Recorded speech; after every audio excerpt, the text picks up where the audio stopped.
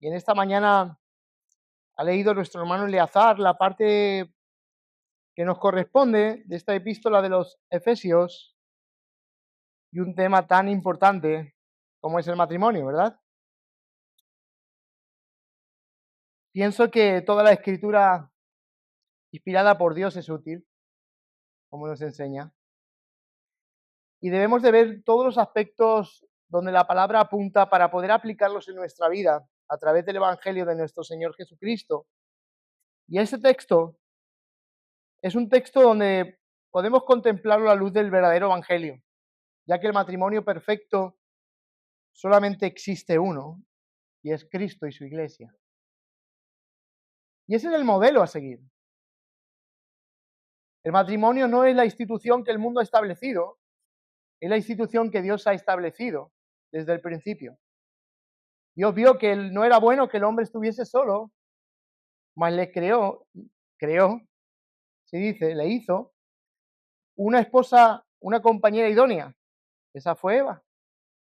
Porque hay cosas que Dios había creado y todo era bueno menos que el hombre estuviese solo. Y creó a la esposa, a Eva.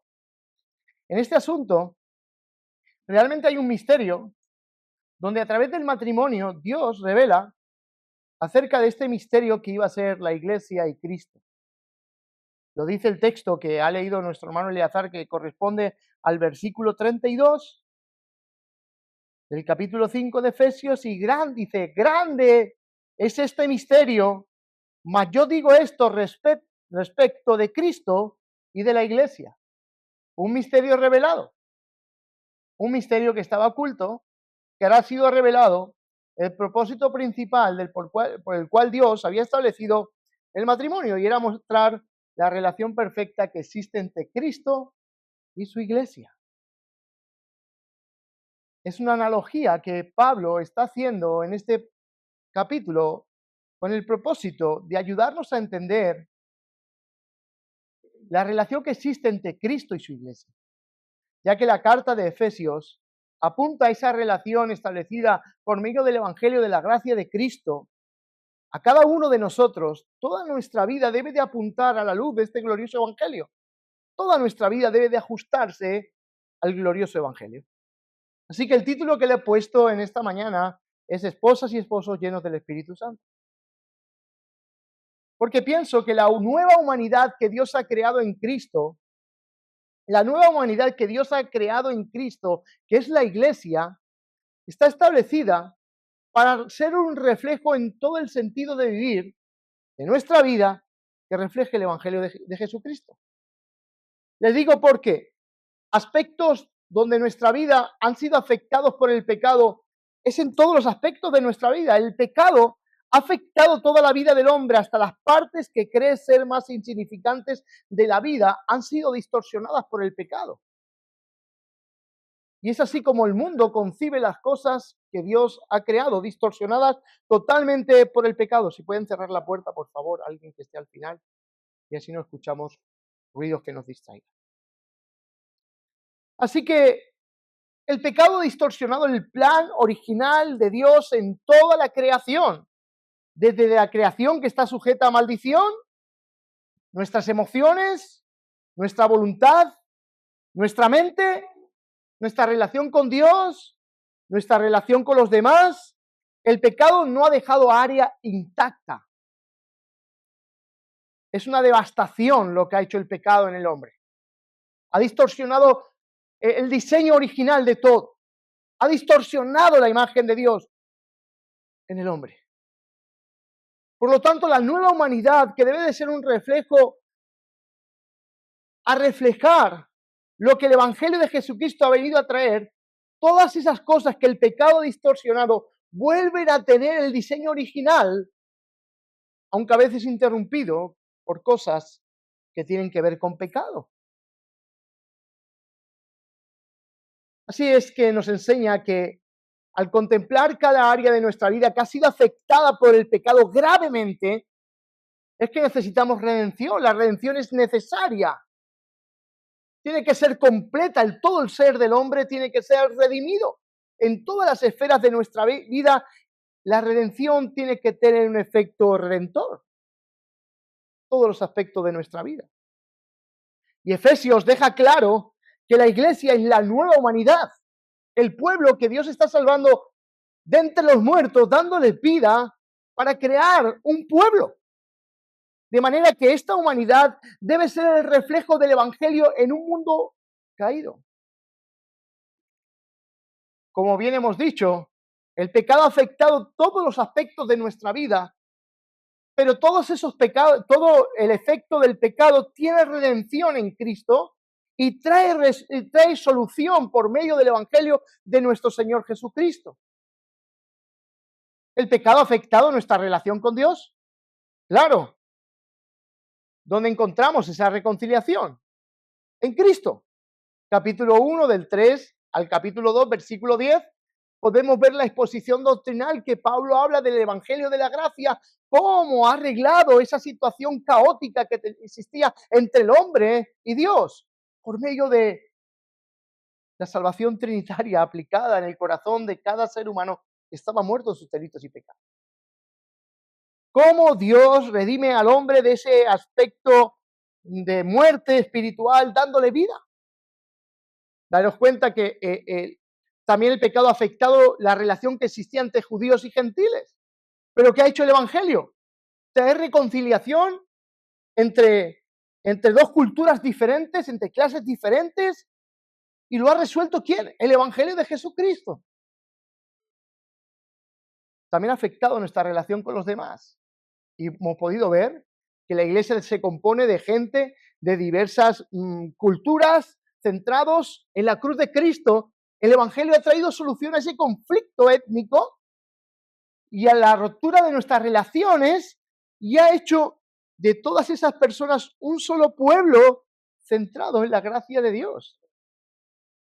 ¿Ven cómo el Evangelio soluciona y redime aquellos aspectos donde el pecado ha afectado de manera considerable, que ha distorsionado toda la imagen de Dios? También ha afectado la forma de concebir el matrimonio. Pero a través del Evangelio vemos el concepto claro de cómo debe ser el reflejo de un matrimonio que refleja a Cristo. Podemos ver también después los textos siguientes la forma en cómo criamos a nuestros hijos. ¿Está afectado por el pecado? Está afectado por el pecado. Pero el Evangelio nos trae redención para que esa relación con nuestros hijos sea establecida según el Evangelio. También ha sido afectado nuestra forma de relacionarnos en nuestros trabajos, ya sea jefe o subordinado.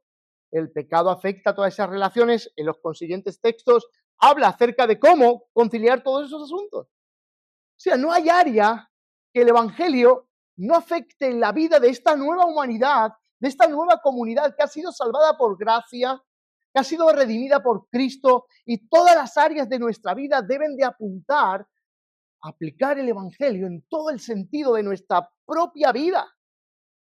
Así que un correcto entendimiento del Evangelio afecta significativamente todas las áreas de nuestra vida.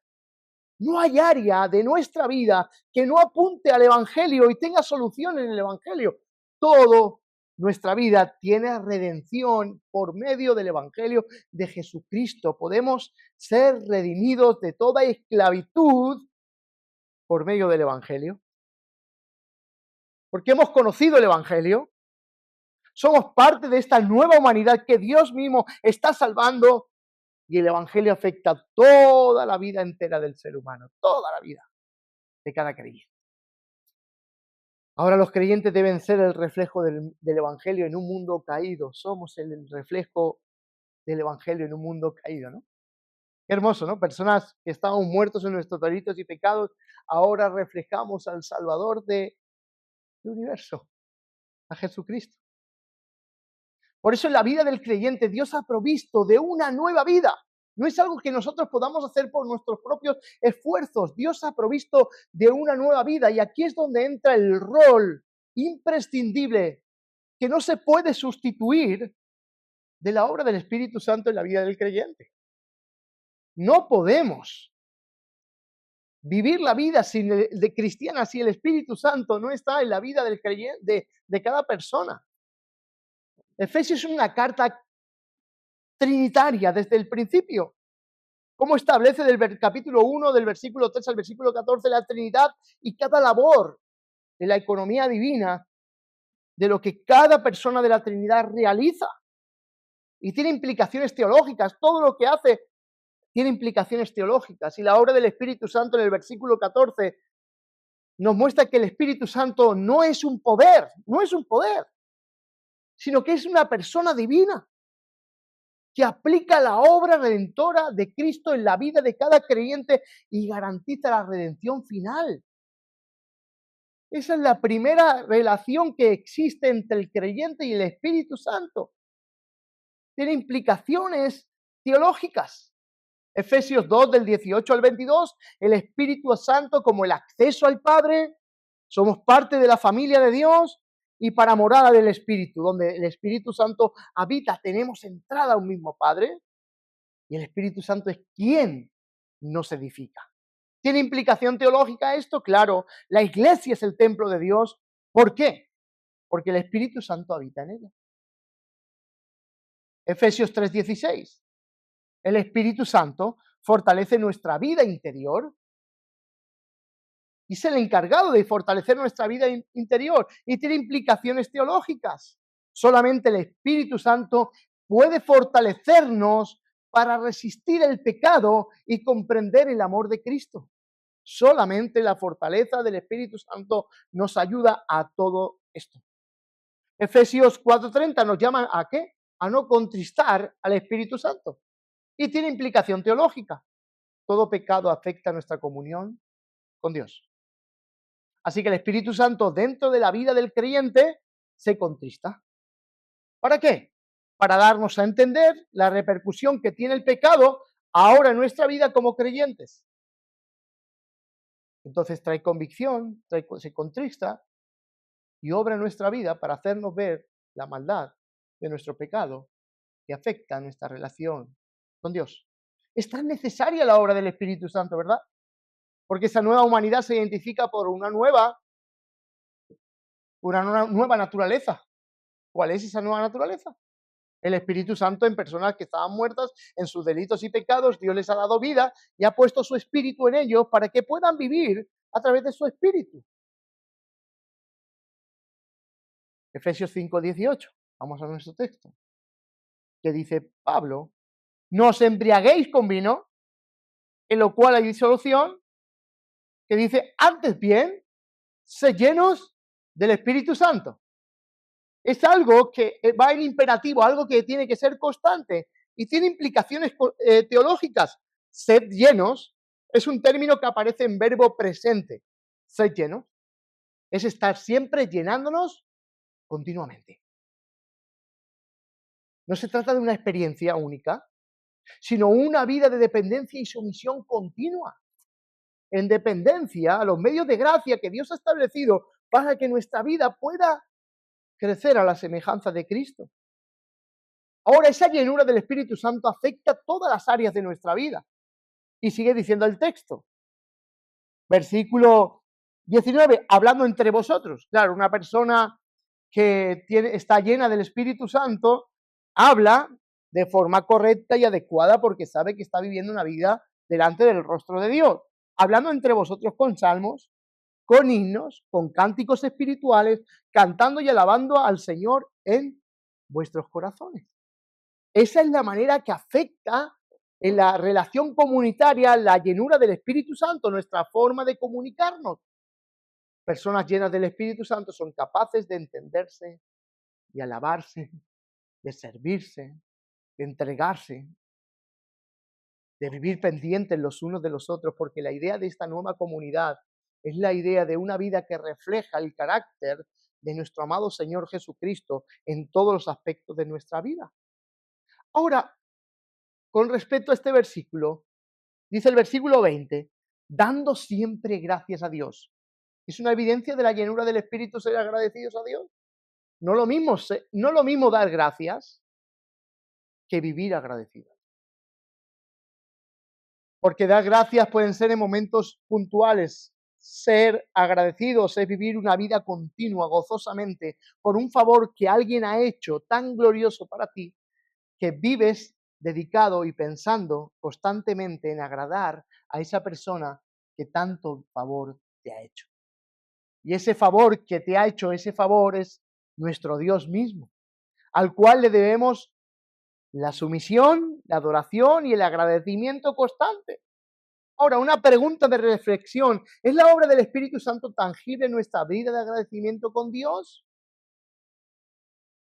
¿O vivimos con queja, murmurando, a regañadientes, como se dice aquí en España? ¿O es una vida de agradecimiento por el favor de lo que Dios ha hecho en Cristo? El Espíritu Santo y esa llenura del Espíritu Santo, a esa nueva humanidad que Dios ha salvado, esa nueva naturaleza que está en la vida del creyente, la cual Dios nos ha hecho partícipes de Él mismo, nos lleva a una vida de esta forma. La llenura del Espíritu Santo es tangible por la forma de actuar del creyente en todas las esferas de su vida. 21, de tal forma que la sumisión ya no es una forma de humillación, sino de humildad. 21, someteos unos a otros. Di en este mundo, en esta sociedad de hoy, en el contexto en el cual estamos, que nos debemos de someter unos a otros. Cuando el yo es el que predomina, cuando el ego es el que sobresale, cuando lo que importa es que yo sea el más alto, el que aspire, el que consiga, y no importa quién quede atrás. Sin embargo, el Evangelio nos enseña una clase de sumisión que está basada en lo que somos y en quién es Dios y en cómo nos relacionamos entre unos y otros. En cuanto a la sumisión mutua, el versículo 21, ahora Pablo hace una transición e introduce este resultado de la obra del Espíritu Santo en la vida del creyente, porque recuerde que está hablando de ser llenos del Espíritu Santo. Y la sujeción, el sometimiento, es una obra del Espíritu Santo que considera a los otros superiores a sí mismos para servirles en amor y entrega.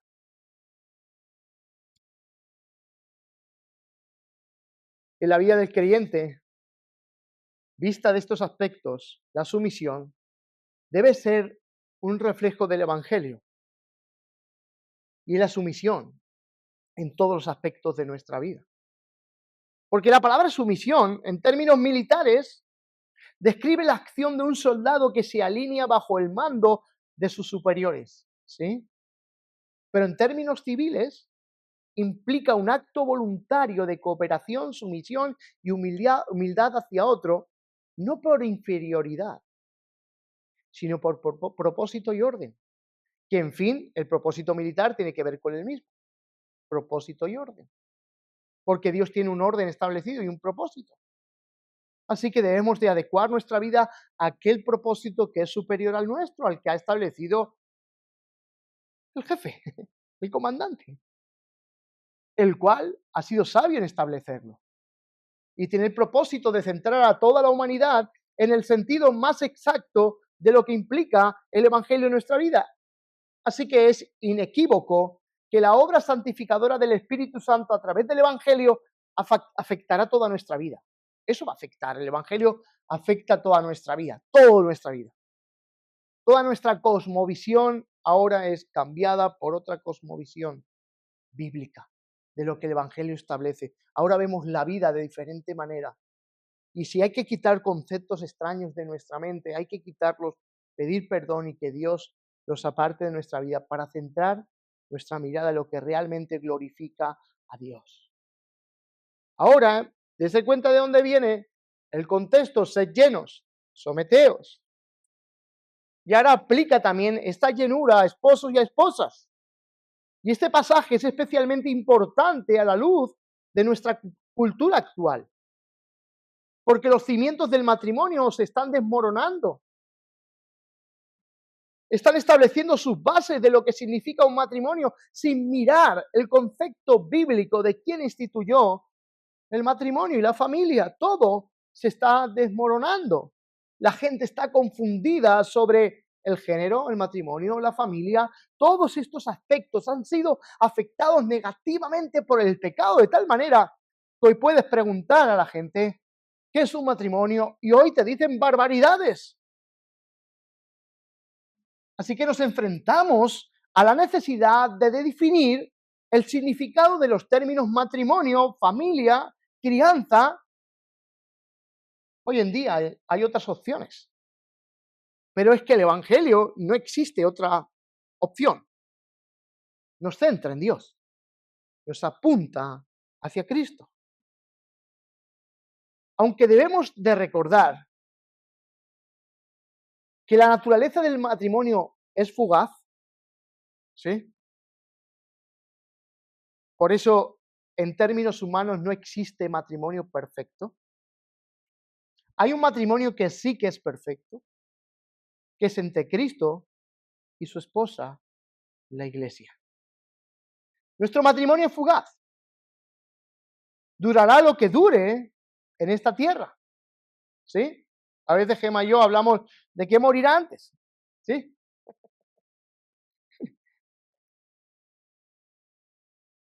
Porque sabemos que es temporal. Pero hay un matrimonio que se está estableciendo para la eternidad. Es Cristo y la iglesia. Así que nos enfrentamos en la necesidad de definir este asunto. Y la Biblia habla ampliamente tanto del matrimonio bíblico como de la soltería bíblica. Porque aún los que son solteros dentro de la iglesia son la esposa. Por eso es importante definir el concepto del matrimonio aún para los solteros, porque son la esposa de Cristo. Por lo tanto, es importante cómo se relaciona una esposa con su esposo en términos del misterio revelado, que es la iglesia, para un soltero, para una soltera, o para un matrimonio, su esposa y el esposo. ¿Sí? Tiene todo el sentido, porque Cristo es nuestro esposo. Así que nuestra primera lealtad en este asunto debe de ser a Cristo. Esa es la lealtad a Cristo, en quien toda la iglesia somos su esposa. Pablo, aunque soltero, él es soltero, el don de continencia era algo que él tenía y utiliza esta analogía. Lo está diciendo, no está diciendo un hombre casado, está diciendo alguien que es soltero, porque entiende la relación que existe entre la esposa y el esposo en cuanto al misterio revelado, que es Cristo, ¿sí?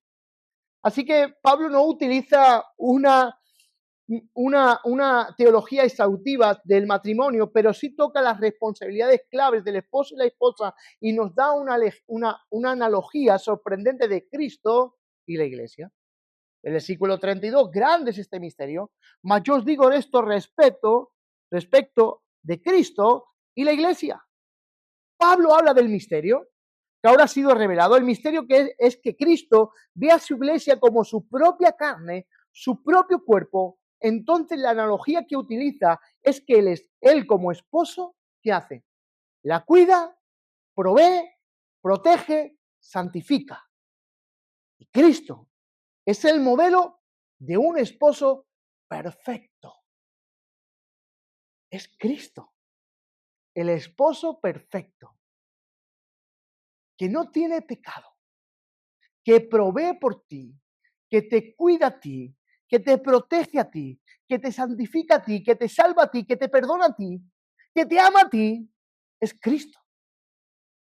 Así que el modelo de esposo perfecto no lo va a encontrar en nadie terrenal, sino en Cristo. Y el modelo de una esposa es, ¿quién? La iglesia. Es la iglesia quien valora lo que el esposo ha hecho por ella. ¿Y cómo valoramos la iglesia lo que Cristo ha hecho? Sujetándonos, deleitándonos, valorando, viviendo en agradecimiento, viviendo en sujeción, lo que el esposo ha hecho. Así es la iglesia. Vive sujeta, sumisa a Cristo. Porque nuestra lealtad primera Es a Jesús. Él es tu esposo.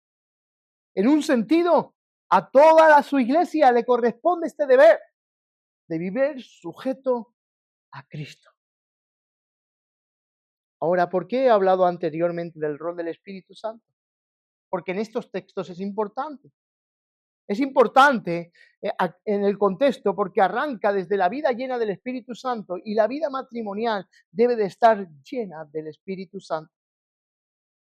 Ahora por eso, del versículo 22 al versículo 24, vamos a ver esposas llenas del Espíritu Santo. Dice el texto, las casadas estén sujetas a sus propios maridos, pero mira el símil, ¿cómo? Al Señor. Porque el marido es cabeza de la mujer, así como Cristo es la cabeza de la iglesia, la cual es su cuerpo y Él es su Salvador. 24. Así que, como la iglesia está sujeta a Cristo, así también las casadas lo estén a sus maridos en todo. Así que, arrancando de este versículo, el versículo 21, hablando de la sumisión, ahora les habla a sus esposas que estén sujetas, sometidas parece, en nuestros términos de hoy, como la sociedad entiende hoy la sumisión, esta palabra es como que la voluntad de la mujer es violentada, ¿no? Y vive bajo una sumisión de esclavitud. Esa no es la interpretación de esta palabra a la luz de las Escrituras. En un término bíblico, es la ocupación de los roles asignados, que corresponde en este caso a la mujer. Ocupa el rol asignado que le pertenece a la mujer, que tiene que desempeñar una mujer en el matrimonio. Ese es el rol. No es hacer menos a la mujer, sino hacerle con la dignidad con la que el Señor le ha hecho, únicas, de realizar la labor que solamente ellas pueden hacer. Y está asignado por Dios. Y es una sumisión voluntaria.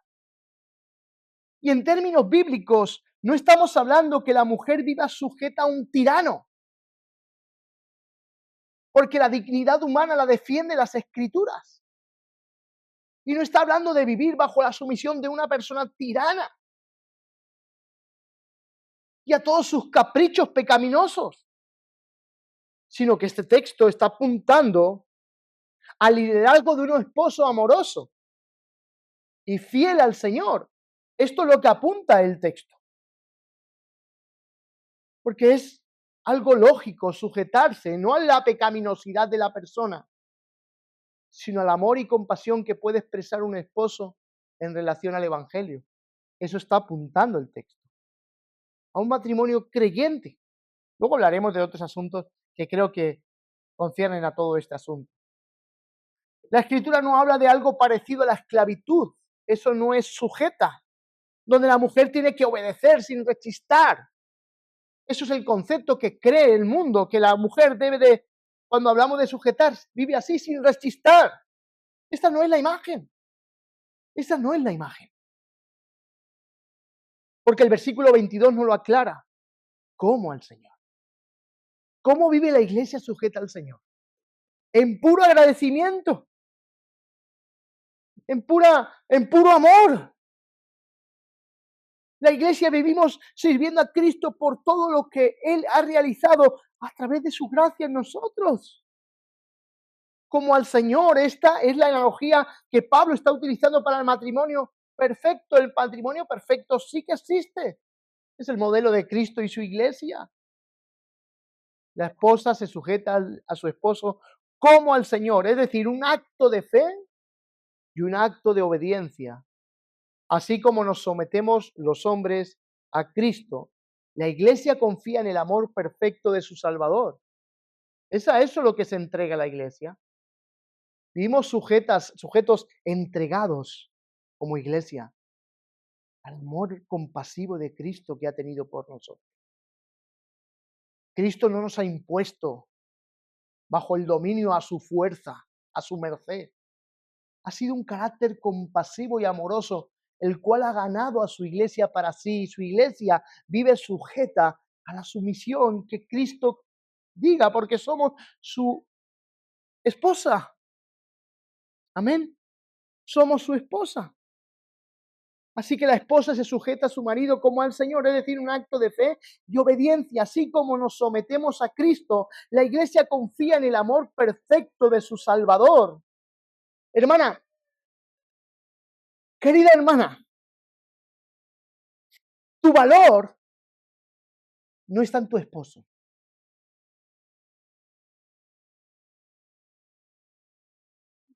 Está en Cristo. Ese es tu verdadero valor. La verdadera creyente no encuentra su valor en lo que un hombre diga de ella, sino en lo que Cristo ha estado dispuesto a hacer por ti. Esa es tu verdadera identidad. Ese es quien tú eres en verdad.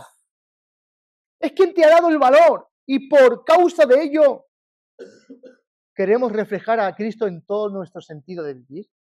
Y eso incluye el matrimonio. Pero no por lo que nuestros esposos nos puedan aportar, sino por lo que nuestro verdadero y máximo esposo nos ha aportado. Y ahora Él dice que debemos de vivir sujetas. Es una consecuencia de estar llena del Espíritu Santo viviendo con el rol que nos corresponde. Me gusta lo que dice Don Carson. Interpreta la sumisión de la esposa como la expresión de la relación con Cristo. Dice, no es una sumisión servil, no es una obediencia ciega, es voluntaria y motivada por amor de Cristo. Y dice, esta estructura de autoridad está ordenada por Dios para reflejar el Evangelio. La esposa debe de ser un reflejo del Evangelio en este aspecto. ¿Sí? Es así. Cristo se sujetó al Padre. ¿Quieren ver cómo luce el Evangelio en relación a esto? Cristo se sujetó al Padre sin dejar de ser igual en esencia. Cuando tú te sujetas a tu esposo, no dejas de ser lo que eres, sino que sigues el diseño divino de lo que una mujer tiene que ser. Es hermoso. Es hermoso. Porque el matrimonio es esa expresión de igualdad, de valor y dignidad. Sujétanos a estar por debajo. Tienes la misma dignidad, tienes el mismo valor, pero con roles diferentes. Y la sujeción no significa inferioridad, ni menos valor, significa asumir el rol que te corresponde. Por eso la sumisión es una obra de la llenura del Espíritu Santo, que nos ayuda a acomodar toda nuestra vida el Evangelio, un reflejo de Cristo. Así que la sujeción no significa eso, y el 23 y el 24 nos dice, porque el marido es cabeza de la mujer, si así lo ha establecido Dios, así como Cristo es la cabeza de la iglesia, la cual es su cuerpo y Él es su Salvador. Así que como la iglesia está sujeta a Cristo, así también las casadas lo estén a sus maridos en todo. El varón es la cabeza. La mujer llena del Espíritu Santo reconoce esta implicación. El rol del esposo cristiano es que su esposa vea su liderazgo amoroso. No por imposición,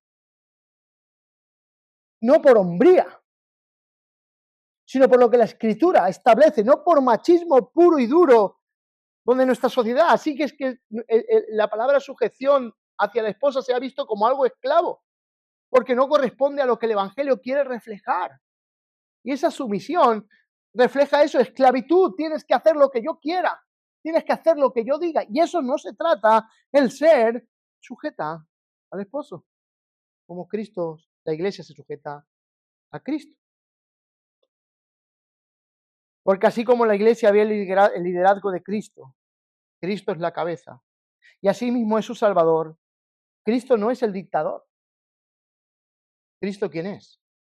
El Salvador.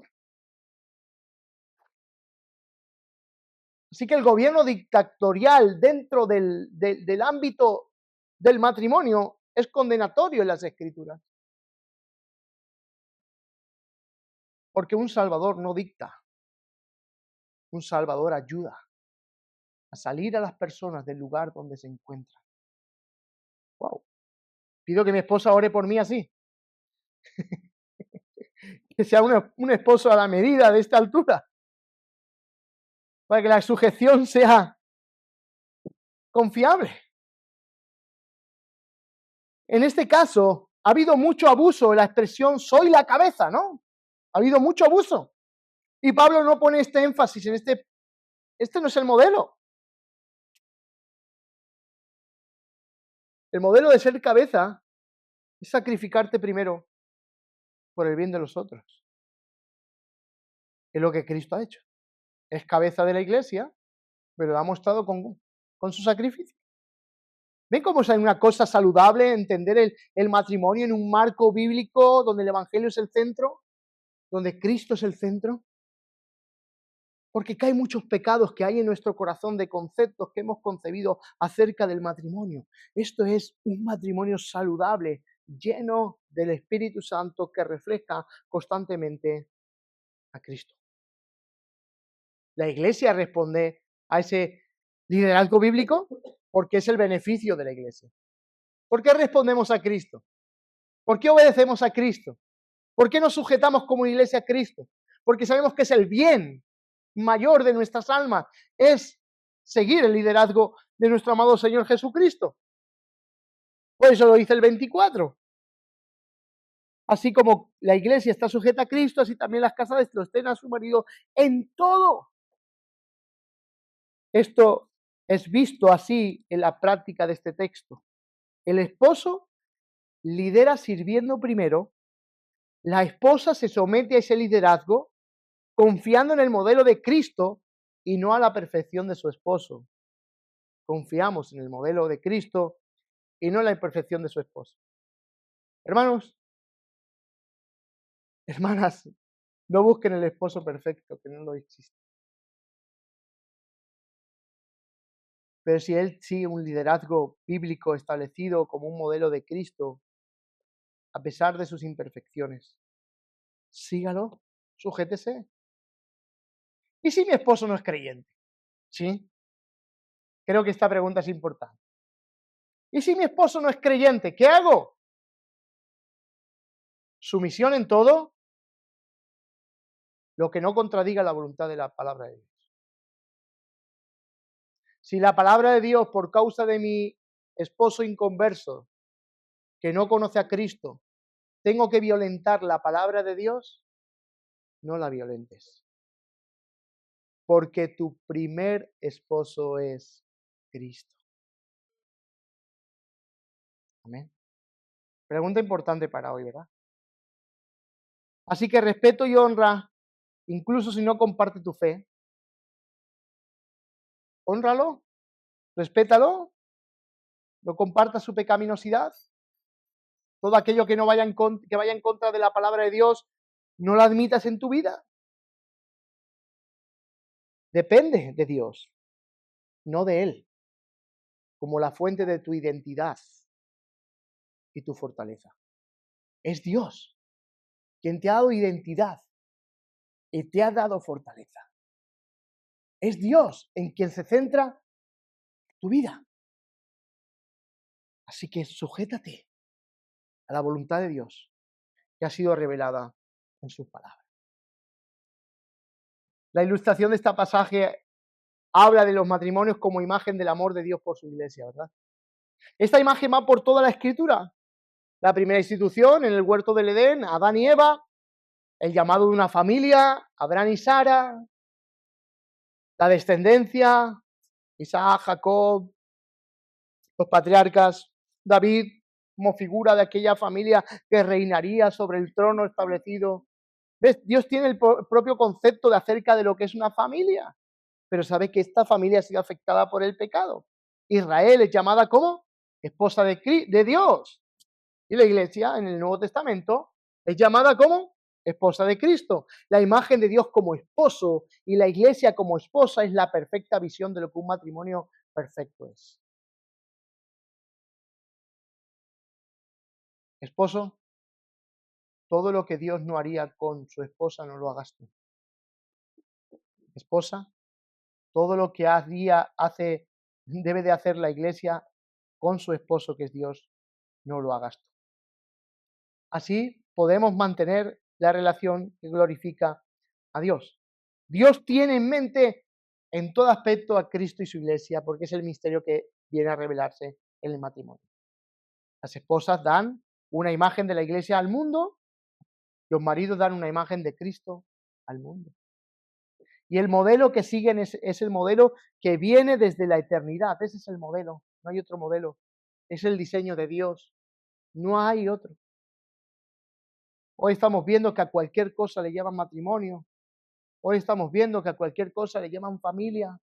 Hoy estamos viendo que los conceptos acerca de lo que Dios establece en su palabra han sido distorsionados. La iglesia debemos proteger el modelo bíblico de todo lo que concierne a Dios. Versículo 25, esposos llenos del Espíritu Santo. Maridos, amad a vuestras mujeres. ¿Cómo? Así como el mundo os ha enseñado. Así como Cristo amó a la iglesia. Y se entregó a sí mismo por ella.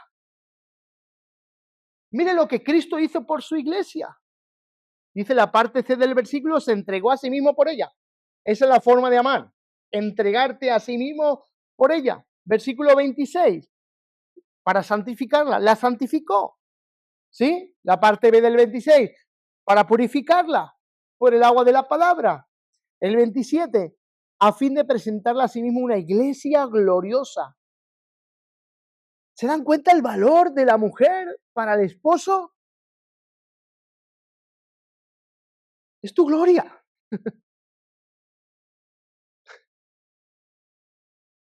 Es tu gloria.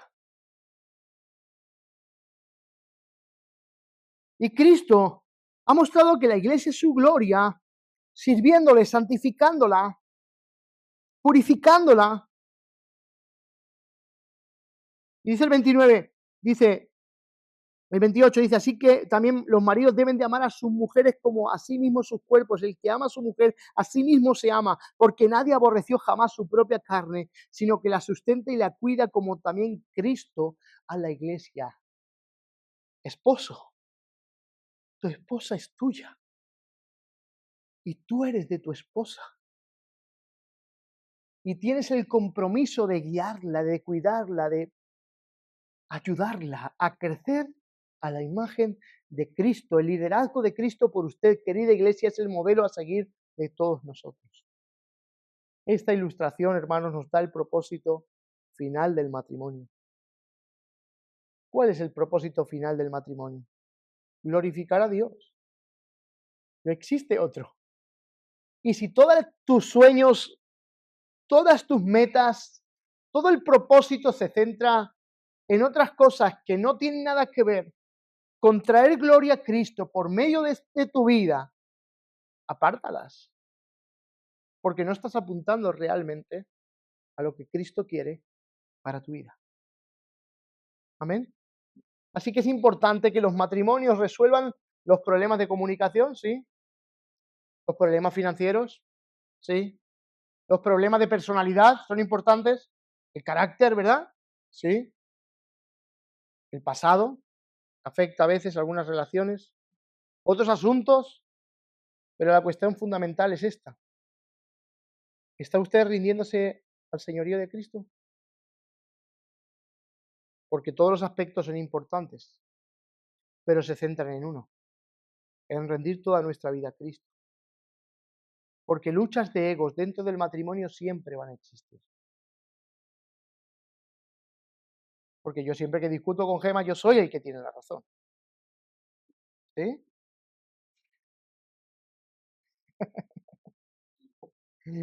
Aunque yo soy más humilde y lo admito antes, pero el asunto es centrar nuestra vida en Cristo, ¿no? Si no empezamos por ahí, estamos empezando por mal camino, un camino equivocado. El matrimonio es de Cristo. Y si no empiezas por ahí, habrá tantas cosas que quieras cambiar del otro que terminarás agotándote.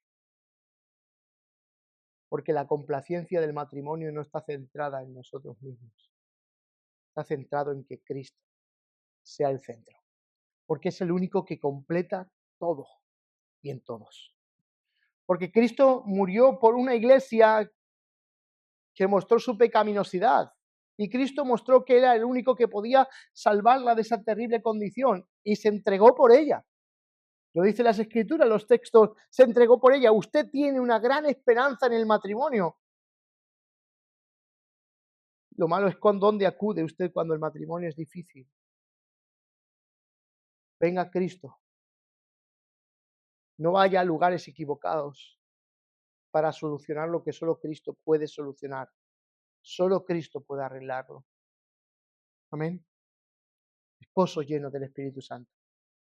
Pablo ordena a los maridos que reflejen a Cristo amando a sus esposas. Y el amor se sacrifica. El amor es sacrificado. El amor de Cristo es en forma de abnegación, de entrega, de sacrificio. Porque Cristo mostró su amor de esta forma. Su espalda fue arada con grandes surcos, que dice las Escrituras que aún podía contar todos sus huesos. Los pies y sus manos traspasadas, le clavaron una lanza en su costado, una corona de espinas, todo porque amaba a la iglesia. Ese es el amor sacrificial, perfecto, absoluto, el modelo. Esa es la forma de entrega que debe de haber en un amor sacrificial. Es un amor que lava los pies a sus discípulos. Es un amor que toca a los leprosos. Es un amor que se compadece. Es un amor que se entrega. Es un amor abnegado. Hombres, el llamado a un hombre lleno del Espíritu Santo es morir. Es perder de lo tuyo. Yo siempre digo a los matrimonios cuando aconsejo, el matrimonio es perder, perder, perder y perder si quieres ganar. Porque cuando el ego predomina, entonces es cuando entramos en la batalla de egos y es cuando la ira, las malas palabras, los pleitos se cruzan y rompen a estallar una gran batalla que puede ser que destruya hasta el matrimonio. Hombres, el llamado es a morir, es perder de lo tuyo, es entregarse por el bien de tu esposa, es crucificar la carne. Ame activamente a su esposa. Primera de Corintios 13, la muestra del amor, el que debemos de amar, el que debemos de imitar. Verás si hay sujeción y propósito. ¿Lo verás? Porque hay sujeción y propósito a esto, a un liderazgo establecido por la palabra de Dios. El amor que santifica es el amor de Cristo, 26 y 27, para santificarla, habiendo purificada en el lavamiento del agua por la palabra. Eso es lo que Cristo ha hecho. Ha cogido una esposa, una novia sucia, llena de pecado, de imperfecciones. Nos ha cogido a todos nosotros. ¿Usted quién es la iglesia? ¿Cómo estaba usted antes de Cristo? Muerto en sus delitos y pecados. Hundido en la maldad de su pecado y la miseria. Cristo ha cogido a personas como usted y como yo. Nos ha purificado y nos ha lavado. Wow. La santificación que hace Cristo es por la palabra. Cristo es el modelo de nuestra santificación. Lo hizo todo para que participemos de su naturaleza y su santidad y pureza. Nosotros debemos de ayudar a nuestras esposas a que crezcan a la imagen de Cristo. Ahora la pregunta sería para nosotros que somos esposos, ¿es nuestra esposa parecida a Cristo? Otra pregunta, ¿o es ella como Cristo a pesar de nosotros? Porque hay veces que el matrimonio no responde a un llamado bíblico. Y hay mujeres que aman a Dios y se entregan apasionadamente a Cristo. Y a pesar de las dificultades y adversidades que puedan pasar, Cristo está modelando su imagen en ellas, siendo pacientes, misericordiosas, serviciales. El esposo con un liderazgo sano ayuda a esas esposas, pero cuando no lo hay, Hay un esposo perfecto que te está ayudando. Es Cristo mismo. Así que enfoca tu mirada en Cristo. Hombres, procuremos el bienestar espiritual de nuestra esposa. Amén. Procúrenlo. 28 y 29. Así también los maridos deben de amar a sus mujeres como a sus propios cuerpos. El que ama a su mujer a sí mismo se ama, porque nadie aborreció jamás a su propia carne, sino que la sustenta y la cuida. También Cristo a la iglesia. ¿Cómo Cristo cuida a su iglesia? La sustenta. Anhele la intimidad, anhele la comunión, anhele el servicio. Sírvale, admírela, haláguela. Porque si Cristo es el modelo, Cristo lo hace. Dice Cristo, os he amado hasta el fin. Dice Cristo, entrego mi vida por rescate de muchos. Y dice Cristo al final en el Apocalipsis, y Él enjugará toda lágrima de sus ojos. Porque en todo momento Cristo es el esposo perfecto que ayuda a su querida iglesia a continuar hacia adelante, cuidándola, protegiéndola y dándole el valor que solamente Él puede darle, Cristo el Señor. Así con razón, Apocalipsis 22, 17 dice, y el Espíritu, ¿y quién? Y la esposa, dicen, ven. La iglesia desea, como una esposa enamorada, que su esposo regrese a por ella. Deseamos ardientemente estar con Cristo para toda la eternidad. Deseamos estar contemplando su rostro.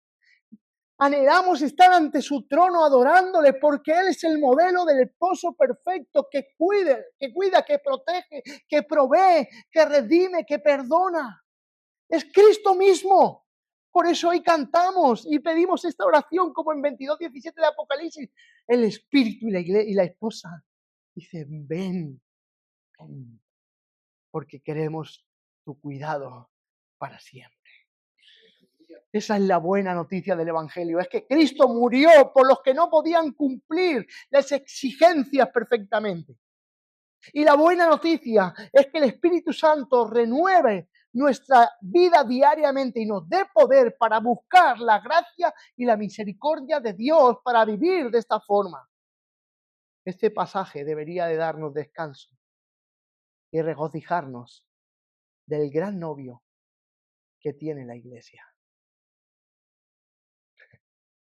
Y Spurgeon dijo, el famoso predicador, este amor es la cosa más asombrosa, pero no solo bajo el cielo, sino también, no solo en la tierra, dice, sino también en el cielo. Reflexionemos, hermanos. He cogido de Logos, de la biblioteca.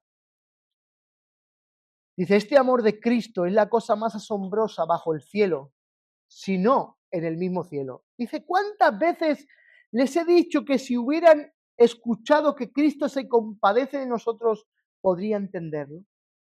Si hubiera escuchado que Cristo tuvo misericordia de nosotros, podría comprenderlo. Pero como está escrito, que nos ama realmente, eso es algo muy distinto y mucho más extraordinario. El amor entre mortal y mortal es algo muy natural y comprensible.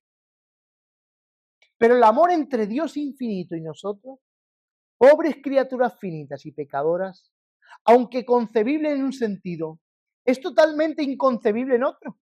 ¿Quién puede captar una idea así? ¿Quién puede comprenderla perfectamente? Especialmente cuando uno se presenta en esta forma, Él me amó y se entregó por mí. Este es el milagro de los milagros. Ese es el amor perfecto.